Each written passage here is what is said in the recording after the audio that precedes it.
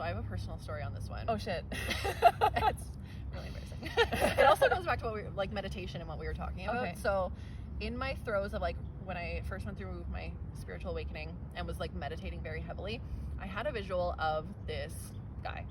So I see this guy, and immediately when you're in that state, you're just like, oh my God, this is my soulmate. This is my twin flame. Like, I've met him. He's coming. Like, less than a year goes by, and I meet this guy online. We meet in person.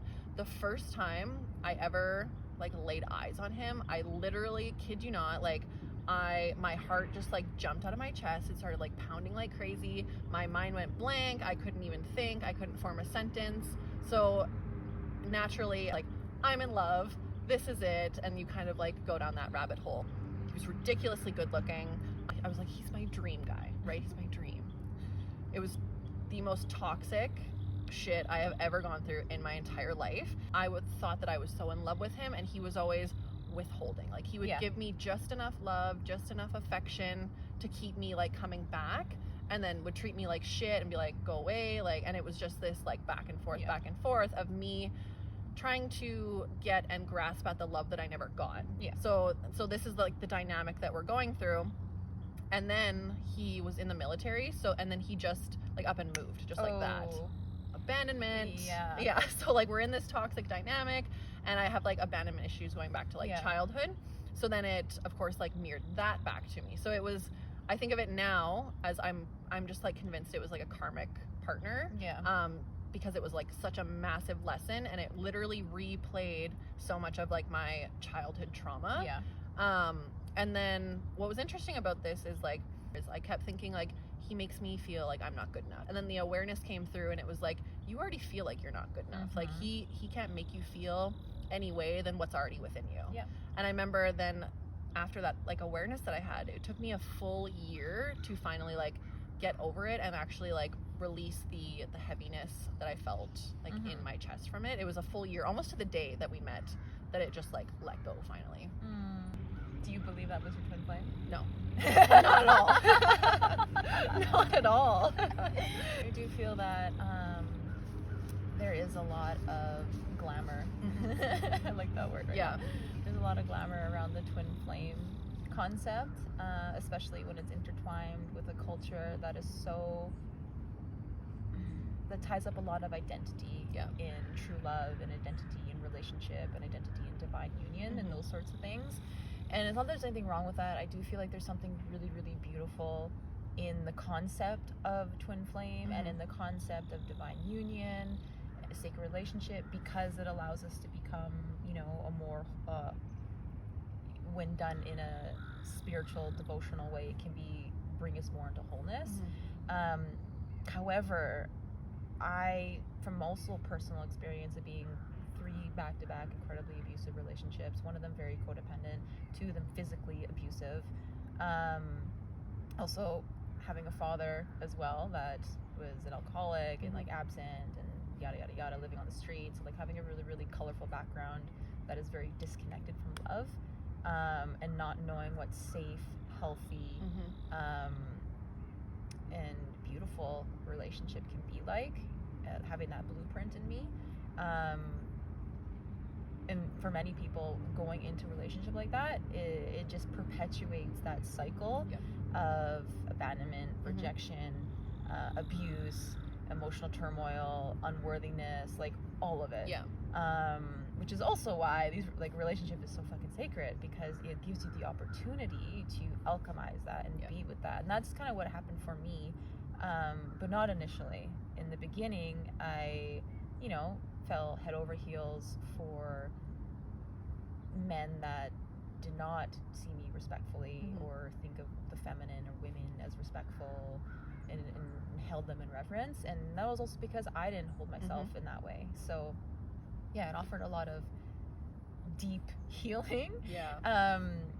However, like the sensation of like heart stopping and butterflies and like that, like for me in my own experience and just from what I know now, it's like that has just been a deeply embedded trauma response of what's resonating from, you know, what's hurt me in the past. And whether that's been my father or just past lovers, that I've now just been kind of addicted to that pain body within myself. it just triggers that. Yeah, totally. And I think like because even if you like watch either Disney princesses movies, you know, like people looking to be saved, or even just like listening to music. Like I can't think of a song right now off the top of my head, but like almost every love song, it's like either the man is like begging for the woman to take him back because he's wronged her in some kind of way, Yeah. and then they get into this like this sexual intertwined thing, or you know the woman is like singing about a man, like her heart's broken, but like they're gonna be lovers again. It's like every country song ever. Yeah, like every one of these love songs we hear is so deeply embedded in the wound, rather than, you know, the healthy, more what's possible. Which again, like it's healing. Like music is really healing in that respect, but it's literally brainwashed and like perpetuating the blueprint of dysfunction in our bodies, and it did for me. So I think a lot of the, like when I was going through it and thinking that I was in this like twin flame relationship, a lot of the information that you will find on twin flame relationships perpetuates toxic cycles. And that's because of the lens it's been created from. And it tells you, you know, pushing and pulling, and you're after him, and then he's after you, and it's never like it can't end until you're back together. Exactly. And it's like if you just keep going, like, you know, the runner, the chaser, like eventually you'll like be together in this like amazing, like beautiful twin flame relationship, but you just have to like keep perpetuating the toxic cycle. And it's not empowering. No, it does not, and it doesn't work either. You're just like really literally reliving your trauma over and over and over again. And the only thing that really will end it is actually like breaking the cycle, and then you have to like heal the wounds from it. But then anyone that is like deeply into that consciousness of twin flame, it's like, oh, they're my twin flame, and like as long as I do the healing and the work, then we can be together. But that in itself, I feel, is like a fantasy. Like that right there is a fantasy, because like my experience, I'm now in an 11-year long relationship, and there always was kind of like that magnetism and that pull in the beginning, but it didn't put me into like cold sweats. It didn't fuck up like my stomach. It didn't, you know what I mean? Like it wasn't like, and I wasn't blinded. Like it was very calm, but it was still the pull, you know what I mean? And going through the relationship in that long of a span, it wasn't all roses either, but it also wasn't fucking chaos. It wasn't absolute pain or destruction. It was actually quite peaceful. Even though again, like it wasn't always like that. Like we have our lows too, and I needed to do a lot of work for me because I also have a very, very colorful background. But like there was a lot of humility in just owning up to the fact that it isn't gonna be this super like all stars are aligned and now we are twin flamed, or like we are now divine union, like we are sacred and stuff. Like no, like it burned, but it wasn't like, it didn't hurt.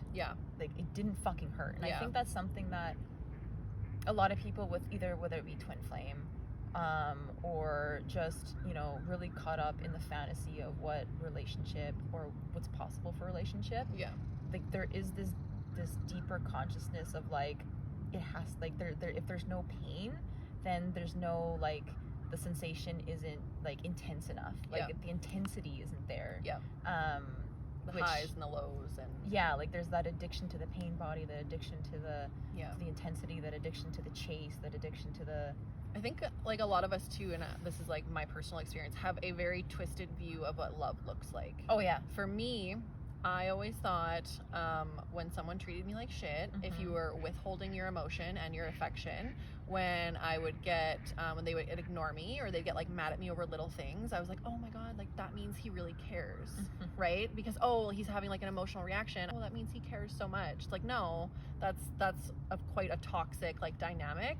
And I think in our society, we do have like a very skewed vision of what love is or what it is supposed to look like. And I think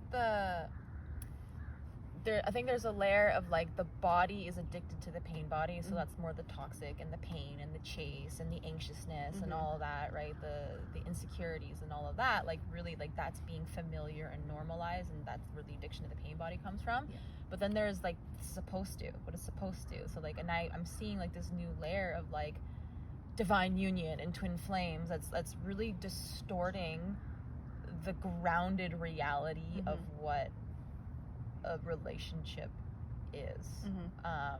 Which, you know, there's highs and lows, yes, but you know, it's not like name calling or anything like that, but it's also but it's also not like, oh, they're my twin flame and they're God embodied, which yes they are. And like there's more of a grounded realness of like maturity that happens, of, you know, not pedestaling your lover anymore. And I think that divine union, from just what I've observed and even just felt in myself too, that there does become a bit of pedestaling the ideal relationship, where that doesn't fucking exist.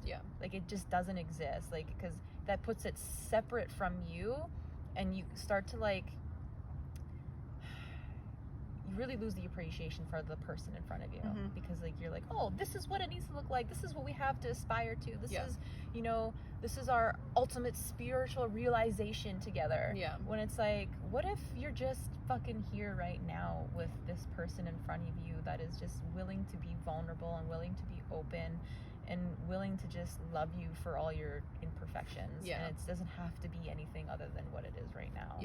Those pedestal views of like relationships that you see online, and what they do too is they make you pick apart they make you point out all the bad that's in your relationship, so you literally forget about like the good that's there, and you're just like, well, we don't have this, well, we don't have that, well, you know, this is missing, I don't feel like this, you know, these people said that they felt like that and I don't feel like that, so my relationship isn't good enough, I'm not as spiritual as they are, like I'm not as spiritual as they are, is for sure a thought that has come into my fucking mind from watching a lot of those couples. And it's so funny too, because I like to feel like my relationship is so different than what is projected online as like a loving, healthy, good relationship. Because I don't showcase it online. Like I'm actually very private with my relationship, and I would consider myself a relationship coach, mostly because I honor my partner's privacy, because he prefers to be more private, and I fucking love that. You know, I fucking love that. But it also, in the beginning stages for me, it made it really hard to like, to one, market my stuff, but also two, like to feel like I am good enough too. It's like, oh, that's what they're doing to get seen in their relationship, you know, like they're parading their relationship around and this and that, but it's like, no, this is just how I'm doing it. Yeah, totally. And you can like take your own, whatever's your own authentic way to do it. And what you'll see is very interesting online. Lots of these people who are in these divine unions, and they do that, they parade their relationship around, we're in divine union, and then they break up. Then it creates this like skepticism. Right. So for the people that actually would find deep medicine in, you know, a sacred relationship like that, they start to question it.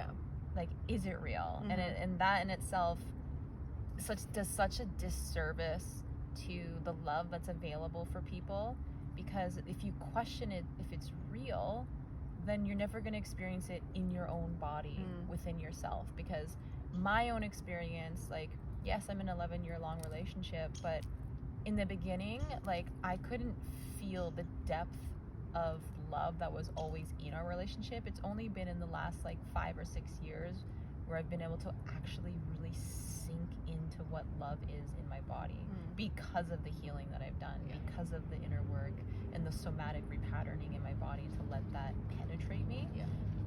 So from the beginning, like, I would have these relationships and I would question, like, do I actually love this person? Like, I would actually have that thought, like, do I actually love them? Like, is love even real? Is love even real for me? And that's when I realized it wasn't about love real, is love real for me?